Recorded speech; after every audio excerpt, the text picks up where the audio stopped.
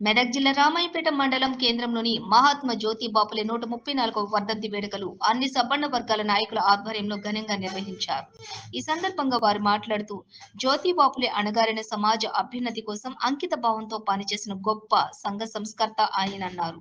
సమాజంలో స్త్రీలు నిరక్షరాస్యులుగా మారితే ఈ సమాజం ఎలా అభివృద్ధి చెందుతుంది అంటూ స్త్రీల కొరకు సంఘ సంస్కరణలు తయారు చేసి తన భార్యను కూడా చదివించి ఒక ఉపాధ్యాయురాలుగా తీర్చిదిద్దిన మహనీయుడన్నారు.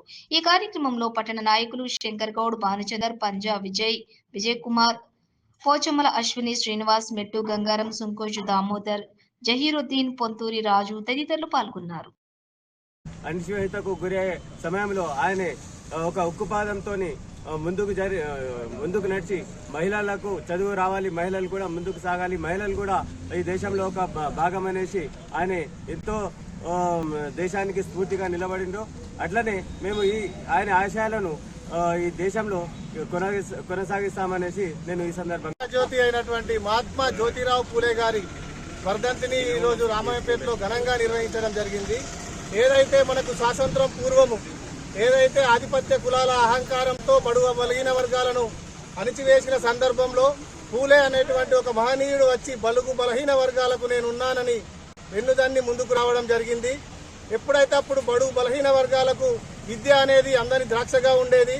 తన భార్యను చదువు చెప్పి మొట్టమొదటి మహిళా టీచర్ను మన దేశానికి అందించినటువంటి ఘనత పూలే గారికి దక్కుతుంది. కాబట్టి మనము పూలే గారి అడుగుజాడల్లో నడిచి బడుగు బలహీన వర్గాలకు మనము దిక్సూచిగా ఉండాలని కోరుకుంటున్నాం. జై పూలే. పూలే ఆశయాలను ఈరోజు రామాయపేట మున్సిపాలిటీ పరిధిలో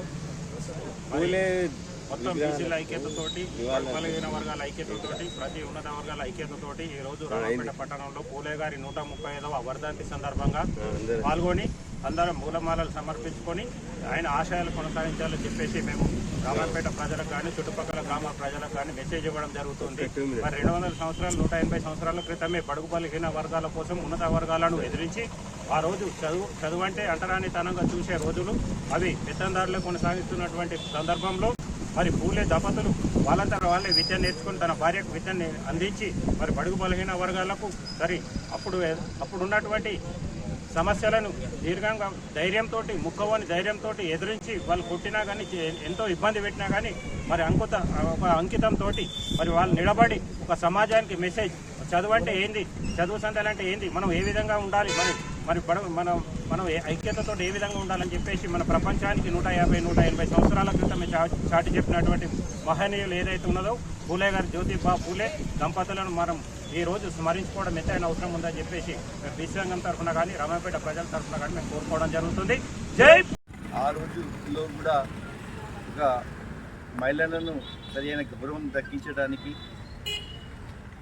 ఇంట్లో నుంచి బయటకు రానికి సమయంలో తన భార్యను సమాజ సేవ కోసం అదేవిధంగా ఉపాధ్యాయ వృత్తిలో గురించి మహిళలకు సరైన గౌరవం దక్కాలని అటువంటి ధ్యేయంతో పనిచేసినటువంటి గొప్ప మహనీయులు పూలే గారు. మనం రాబోయే తరానికి మంచి చేకూర్చాలని కోరుకుంటూ